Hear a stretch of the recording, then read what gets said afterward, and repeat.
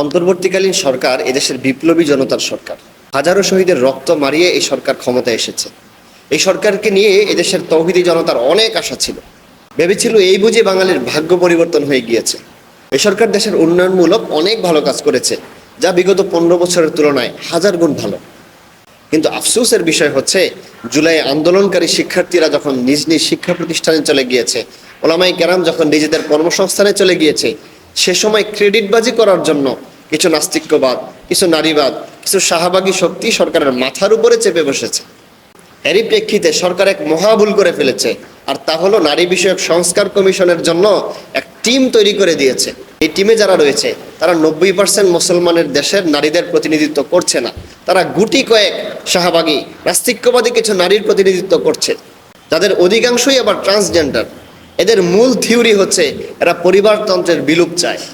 নারীর বিষয়ে ইসলামের সাথে তাদের মৌলিক পার্থক্যটা একটু বুঝতে হবে। ওরা চায় নারী এবং পুরুষের সমান অধিকার। ইসলাম নারী পুরুষের সমান অধিকার চায় না, বরং ইসলাম নারীর ন্যায্য অধিকার চায়। পুরুষের উপর ইসলাম যে দায়িত্ব দিয়েছে, একই দায়িত্ব যদি নারীর উপর দেওয়া হয়, তাহলে নারীর অধিকার প্রতিষ্ঠা হবে না, বরং নারীর উপর জুলুম করা হবে। স্বামী এবং স্ত্রী, ইসলাম এক্ষেত্রে স্ত্রীর ভরণ পোষণের দায়িত্ব স্বামীর উপর দিয়েছে, স্বামীর ভরণ পোষণের দায়িত্ব স্ত্রীর উপর দেয়নি। তারপরে চলুন পিতামাতার খেদমতের বিষয়। পিতামাতার খেদমতের দায়িত্ব ছেলের উপর রয়েছে, মেয়ের উপর নয়। ইসলাম এক্ষেত্রে নারীর চেয়ে পুরুষকে বেশি জিম্মাদারি দিয়েছে, নারীকে এখানে ছাড় দেওয়া হয়েছে। ইসলামের প্রত্যেক পরতে পরতে নারীকে ছাড় দেওয়া হয়েছে। অন্যদিকে এদেশের নাস্তিক্যবাদী শক্তি নারীদেরকে হেয় প্রতিপন্ন করার জন্য রাস্তায় নেমেছে।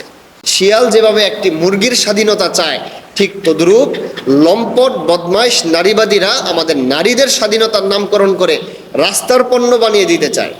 এই জন্য ওলামায়ে কেরামের স্পষ্ট জবাব হচ্ছে, 90% মুসলমানের দেশে এই ধরনের ফালতু কথাবার্তা বলে আমাদের দেশের আভ্যন্তরীণ পরিবেশ নষ্ট না করার জন্য আমি সরকারকে বিশেষভাবে অনুরোধ জানাচ্ছি।